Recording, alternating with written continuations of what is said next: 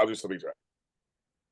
Okay, so Ed Kee, this guy who works with, he's the founder of CMI Film, CMI, I'm sorry, CMIshows.com, nice music licensing.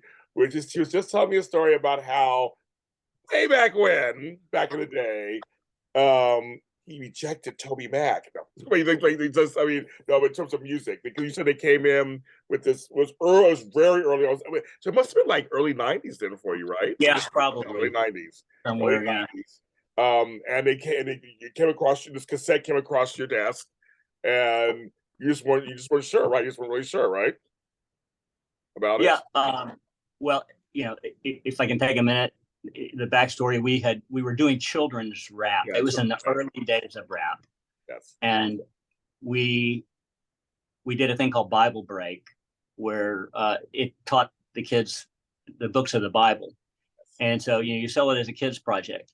So it was successful for us. We sold 20, 30,000 units, something like that. Not surprised. Yeah. And so I get another tape in the mail from this guy that I didn't know, who called himself the Plain White Rapper. Yes. And no track, just a beatbox, kind of, mouth noises and that sort of thing. But it was kind of clever and catchy in a way. So long story short, we flew the guy to Nashville, recorded it, and put it out, and it bombed.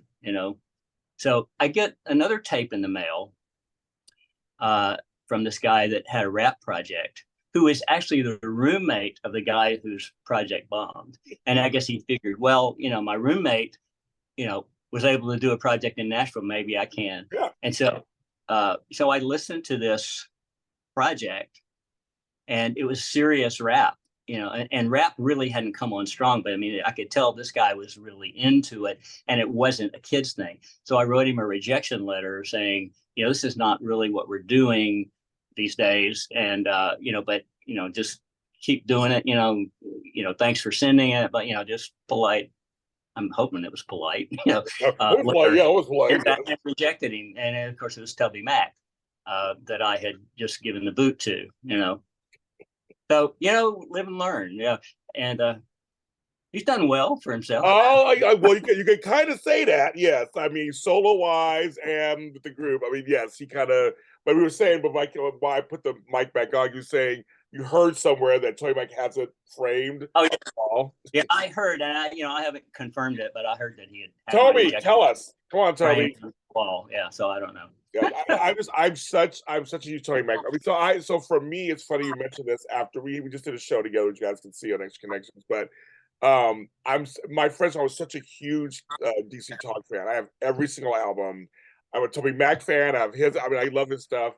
I mean, I just thought, and again, when you mentioned this is a part of history actually, because there was no rap in Christian music.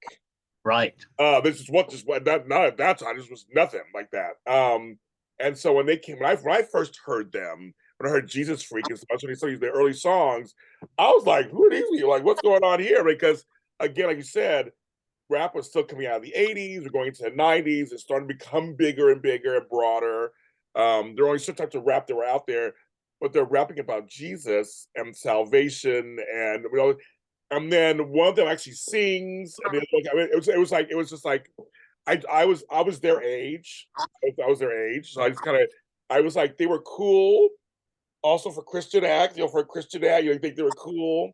But I know they faced. I've heard their story. They faced a lot of stuff. Also, after they faced a lot of stuff too, because it just wasn't done.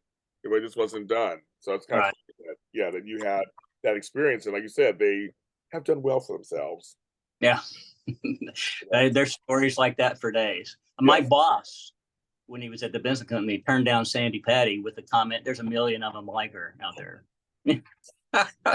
So basically, when you guys turn down people, they become huge. I mean, like Sandy Patty, hello, who's had how many Dove Awards and how many exhibitions? I mean, she was like so big and known. Like Sandy Patty, come on, I grew up with her. Well, that's just it. There's a point in their careers. How many times have you heard the stories of people that got rejected? It just, for whatever reason, the lens they're looking through is not the right lens that's going to push the magic button, or it just doesn't fit your company mission or what you want to do. It's just like we were doing children's rap, we weren't doing serious rap, so it was an easy thing to say thanks but no thanks, and it didn't fit. And my boss had come from the church world where he heard sopranos all day long, and so to hear another soprano, it just didn't impress him. I just makes me smile because I got other stories. We'll have to talk sometime. I got other stories. Yeah, I love that. I was looking at that thing because I'm just saying those are two great stories. I'm glad we talked about that. Yeah.